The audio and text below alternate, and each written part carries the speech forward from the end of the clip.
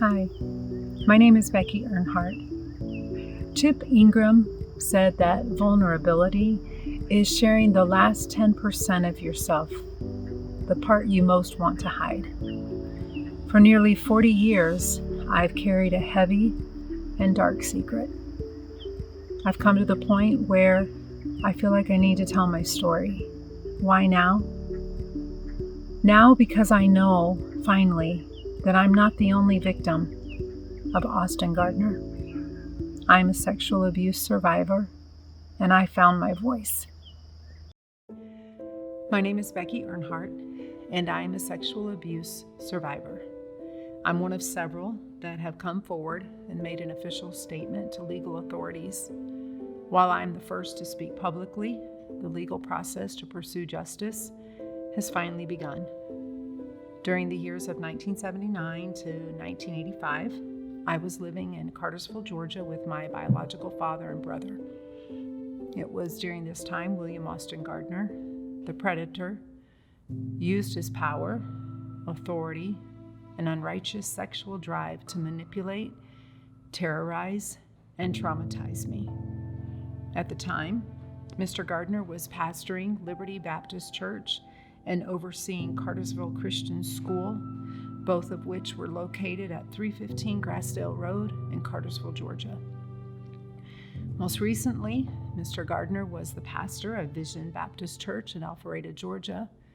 He has since resigned but remains the president of Vision Mission Board and is a full-time missions evangelist. Sadly, this is not the first time I have walked the path of reporting the abuse I suffered while under the care of Mr. Gardner. In 2004, when I assumed I was the only victim, my husband and I first approached Pastor Paul Chappell and attorney David Gibbs Jr. with my story of sexual abuse at the hands of Mr. Gardner. Under the leadership of David Gibbs Jr. and the Christian Law Association, we made a formal complaint. The counsel from CLA was that it was possible that the statute of limitations had expired, that Mr. Gardner would probably drag my family through the mud, and so maybe we should just file a complaint and see what happened in the future. The Christian Law Association failed to insist that an investigation be opened. We felt it necessary to report the abuse. A formal complaint was drafted with the help of CLA and was sent to Mr. Gardner, Macedonia World Baptist Mission, which was the mission board authority for the Gardners in Peru, and Whitfield Baptist Temple, the sending church, which is under the pastoral leadership of Wayne Cofield. The mission board held a meeting, the conclusion of which was that while they were saddened to consider something like this could have possibly happened, we were advised to recognize the influence of the man's ministry and allow God to be the judge. We never heard from Pastor Cofield. Mr. Gardner took his letter, called for a meeting of all the national pastors in Arequipa under his leadership, and read through the letter, mocking each accusation. He taunted us with the knowledge that the statute of limitations had expired and therefore we had no case no matter what. I was made aware of the meeting when one pastor, Henry Sukapuka, called my husband after the meeting. Henry was ostracized from the Macedonia team after his biblical response. As I began processing my young life, I was able to somewhat understand that people without God can do some pretty bad things to little girls. What I couldn't understand, and still don't, is how abuse of any kind can be wielded by the hands of someone who professes to know God and even claim to work for God. A pastor, a missionary, an evangelist. We moved to Cartersville when my biological father accepted a teaching position at the Christian school. I was 12 when I ran away from home in an attempt to find physical safety. Instead of safety, I was taken into the Gardner's home to be tortured and traumatized under the guise of discipline. Mr. Gardner took me to his house and I was introduced to his definition of discipline. The discipline session I encountered on my first night in their home occurred frequently. I don't recall the number of times he struck me, but I remember him telling me I was wrong in everything that had happened, and I would need the devil beat out of me. Mr. Gardner would be the person to whom I would answer directly. I was accused of being a very bad and rebellious girl. And because of the rebellion that he saw, it was necessary for him to beat the devil out of me. I didn't want to be bad. I wanted to please him, so I wouldn't endure the punishments. I tried really hard to do what was right. I was coming from a broken home and had no idea what a real family was like. I assumed that these spankings were what all children went through. The younger Gardner children were not disciplined the same way, but they were also younger. Though I can recall many times when Mr. Gardner would take his youngest daughter and throw her on the bed out of anger and frustration because she wouldn't show him affection. I watched his wife cower in submission and beg for mercy when she failed to refill his tea or his water fast enough. My biological father was threatened with losing his job if he attempted to remove me from the Gardner's home. I observed and overheard different outcomes when a person disobeyed Mr. Gardner. My own brother was a victim of his cruelty one time that I can remember. He took my brother down to a basement, and I never knew what happened. I only remember Mr. Gardner coming back upstairs laughing and joking with the youth pastor about how my brother was hyperventilating because he had cried so much. Another time, Mr. Gardner bragged to me about leaving 2 teenage boys under a bridge with only their underwear. He made them remove everything that he had personally given to them or purchased for them. He said he would have taken their underwear, but he didn't want them to be left totally naked. He left them there and told them to think about all he'd done for them and how grateful they should be. There were several times when I was called to his office at the school or the church for some offense that I had committed. He'd be sitting behind his desk. I would be told to shut and lock the door. He would begin to tell me how rebellious I was and that I had no desire to serve God or that I didn't really love God with all my heart. I would try to convince him that I did love God. I did want to do what was right. I was trying my best to do everything I was supposed to do to please him. Mr. Gardner would say that I should prove that I was willing to obey. He would cross his legs and lean back in the desk with his hands behind his head. He'd say, "Fine, then prove to me that you're obedient. Take off your shirt." First time he said that to me, I didn't think I knew what to do. I was only 15. I believe he made some comment regarding my disobedience, and I would slowly take off my shirt and stand there. He made me feel like taking off my clothes was a voluntary action. I was given a choice, and that's what I had chosen. But really, there was no option. I remember him saying to put it back on, and then he would make the comparison of how quickly I was willing to obey him to take off my shirt, but I was slow to complete an order that he'd given me. I remember one time he claimed it was a good thing that his legs were on the desk like they were and that they were crossed, because if they hadn't been crossed, he would have been able to see me standing there without a shirt on.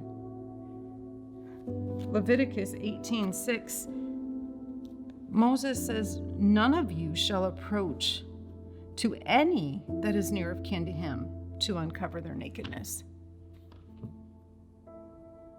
But that's what he made me do. I remember receiving beatings so severe that I couldn't sit for days. Once a young man in our youth group reached for my hand under a pillow at a youth activity. I received 100 swats for holding hands with a boy. Another time, our youth director told Mr. Gardner that I had been talking in Sunday school. I was taken directly home after the service and left at the house while they entertained a visiting couple. On their arrival home, I was beaten so badly, I couldn't go to school for several days. My arms, backs, my legs were filled with welts. I was told to stay in my room and memorize Romans 6. I had one day to memorize the chapter. I would receive another spanking. There was another young man living in the basement at the time and was not allowed for him to see me because of the marks on my body. I was told to wear a long sleeve bathrobe so that the Gardner children could not see as well. Every time I was beaten, the number of strikes was different. Sometimes Mr. Gardner would say 20, 50, or 100. It was never less than 20. And I only remember one time when it started at 100. I remember at different times being given the option of taking swats on my back or my feet. He would say I could take the swats on my back, or he'd give me a significant amount less if I wanted to take them on my bare bottom. He would be sure that I understood that I was choosing to remove my clothes and take my punishment. He would insist the clothing be removed and lowered far enough to stay down. Of course, I couldn't lie still to receive the entire punishment, and he would add to the total if I moved. I would invariably be up and facing him without any covering. Every session was always followed up with how much he loved me. He was trying to help me be good and do right and love the Lord how I should. It got to where he would discipline me and I couldn't even cry. I had endured so much physical pain that I wasn't able to express the emotion. This would make him angry. I would try to cry so he would stop, but I was dead inside. The abuse was usually administered in private. His wife and children were in the house while I was being disciplined, but his wife never interfered with his discipline. She never helped me. She never stopped him. She never comforted me.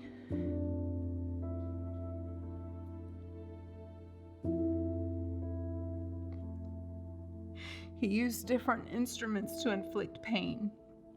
A board, a switch, the wire handle of a fly swatter, a belt, a fishing rod.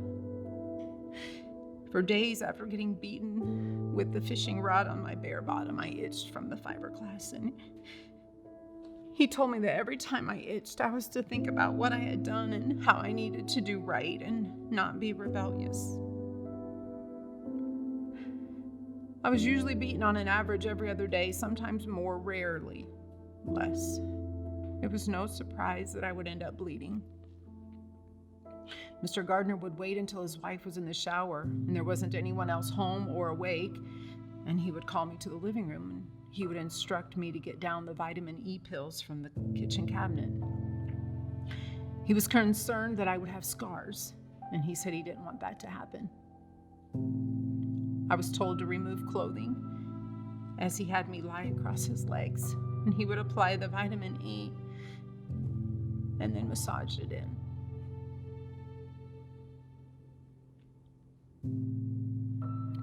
He would always finish right before his wife got out of the shower. I remember thinking it was a coincidence, but I never put two and two together.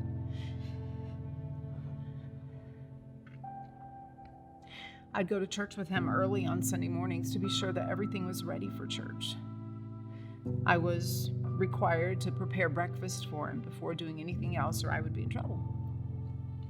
He'd begin with lectures, and many times it resulted with me being disciplined because I didn't have a good attitude.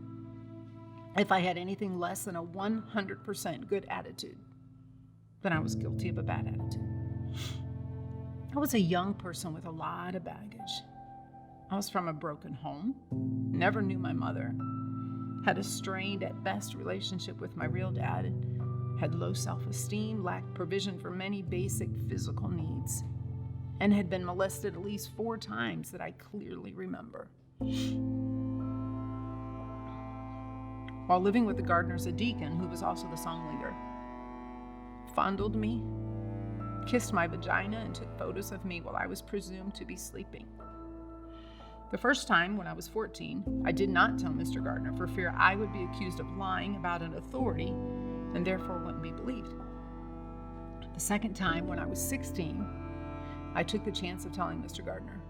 I remember at his insistence and giving the details of the situation many times, even to what position I was lying in, exactly how this man placed his hands, the position I was in while he caressed me, etc. After consoling me for what seemed like a very short time, Mr. Gardner told me that I had not been careful. I had teased the man.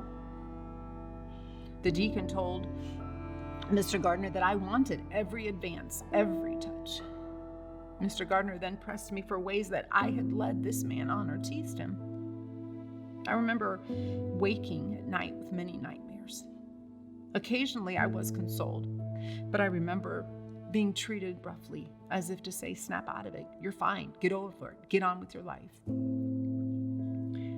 But in private, I remember Mr. Gardner holding me on his lap while I would cry. Mr. Gardner's physical attention to me was limited in the presence of others. I don't ever recall having me sit in his lap in front of anyone, not even his wife, although I would often sit in his lap when we were alone. I was always reminded that I was the one who asked to be a part of the family. I was reminded that his affection toward me, even though in private, was normal in a family. I can remember sitting in a chair and crossing my legs, and Mr. Gardner would use a pen to mark the spot on my thigh that was exposed since I wasn't sitting like a lady. He would accuse me of purposefully trying to arouse a boy sexually, thus resulting in discipline for being so wicked. I remember being in an amusement park when Mr. Gardner drew my attention to the private area of a boy in our youth group and explained how he knew that boy was sexually excited after having been on a ride with his girlfriend. He would graphically explain what happens to a lady's body when she's aroused. He would use his wife's body as an example, though she was never present in those conversations. Those occurred several times throughout my stay in their home. He would draw pictures of what the private areas of a boy and a girl look like. I was mortified and quite uncomfortable, but I remember him telling me that this is what a good father would do for their children. But if I look in Romans, it says, for they that are such, talking about the people who cause divisions or offenses contrary to the doctrine, that's the verse above it, but it says, for those that do such things serve not our Lord Jesus Christ, but their own belly, and by good works and fair speeches deceive the hearts of the simple. And I was simple. Not until I had children of my own did I realize this type of discipline, concern for scars, explicit sexual instruction, and private affection was not normal. I did what I was told because I feared the consequences of disobedience. I did what I was told in order to obey my authority as a pastor and as the role of a father. He was holding that father figure role because I had lived with them from the age of 12 until I left for college. Until 2000, we'd been living quite a distance from the Gardners, and I had been able to live a somewhat emotionally stable life. In 2000, our family went to Peru as missionaries, where the Gardners were also missionaries. While I believe the Lord clearly called my husband to minister in Peru, I also believe I was searching for a way to prove that I was a good girl. I did love Jesus. I did want to serve him with all of my heart. On 2 separate occasions, American missionaries were involved in a moral failure, and Mr. Gardner said he would take care of it. They were not reported to the mission board. One case resulted in the physical beating of the male offender, and in the other case, the male offender was moved to another area of town and began pastoring a church. Those incidents were such a trigger that for the first time, I began telling my husband about my brutal past. In the fall of 2020, it was brought to our attention that other victims had been traumatized and terrorized with sexual abuse by Mr. Gardner and other members of his family. We were also made aware of moral failures and criminal activity that had been covered up in Arequipa. After meeting with a different attorney and different law firm, we were told to file an official report, which was made to the Bartow County Sheriff Department in Cartersville. After careful review of current state laws, we indeed found that my case falls outside of the statute of limitations. Had action been taken 17 years ago, when I first came forward, others may have been saved from trauma. For over 40 years, I have suffered horrific nightmares and panic attacks, as well as lifelong physical scars from the trauma I endured at the hands of Mr. Gardner. I have 2 counselors that are walking this journey with me. I'm not alone. But where the earthly justice system cannot go for me, I know God can. I'm not angry with God, nor with the church. This abuse was committed by a man. The God he claims to serve is not the God I serve. Unfortunately, his abuse and that of his family reaches further than the borders of the state of Georgia. There are crimes committed and covered up by a missionary who disguised his manipulation and mind control as passion. Just a few of the offenses that have been covered under his leadership and authority: shuffling of men to other ministries as well as out of the country to cover misdeeds such as adultery and fornication, boys and girls being raped in the children's home, and their adult abusers were never turned over to the authorities. Forced abortions, misappropriation of funds, intimidation and insults if you dare to disagree, beatings, control by fear, isolation from the team if you chose to challenge him, the loss or withholding of money if you didn't agree with him, a team culture that was used to control. Independent thoughts and deeds were not allowed. You won't find any of this in a prayer letter or when you plan your youth missions trip. To the authorities to whom we appealed in 2004, you had a duty to warn. Jeremiah 9:3. The Bible says, "And they bend their tongues like their bow for lies, but they are not valiant for the truth upon the earth.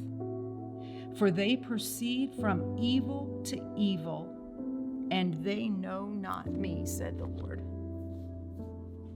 Yes, he is very charismatic. Yes, he can motivate you to dream. Yes, he recruited new families as missionaries. Yes, he can pay to have 1,000 Peruvians fill an auditorium for you to shine. But don't cross him.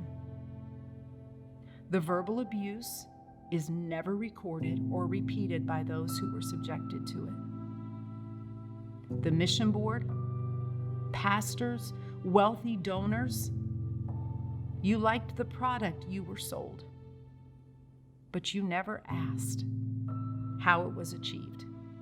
Your ignorance is not bliss. You had a responsibility. When talking to the detective, I lamented that I lacked courage as a young girl to tell what was happening. He stopped me abruptly and interjected, "It wasn't that you didn't have courage. They stole your voice." You do more than steal someone's voice. You steal their innocence.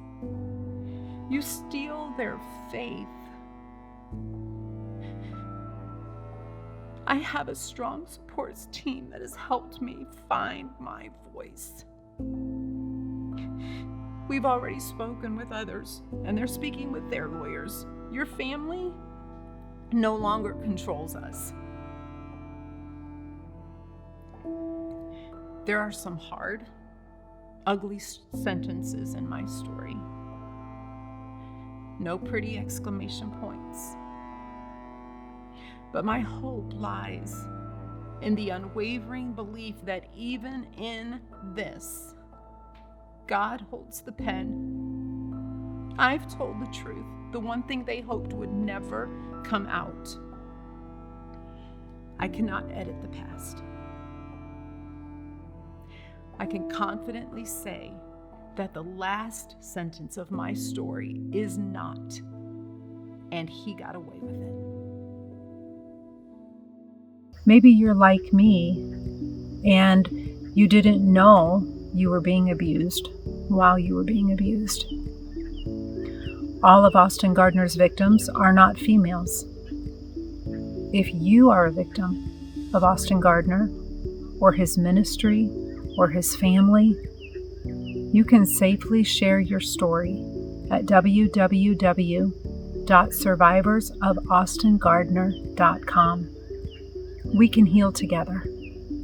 Thank you for listening.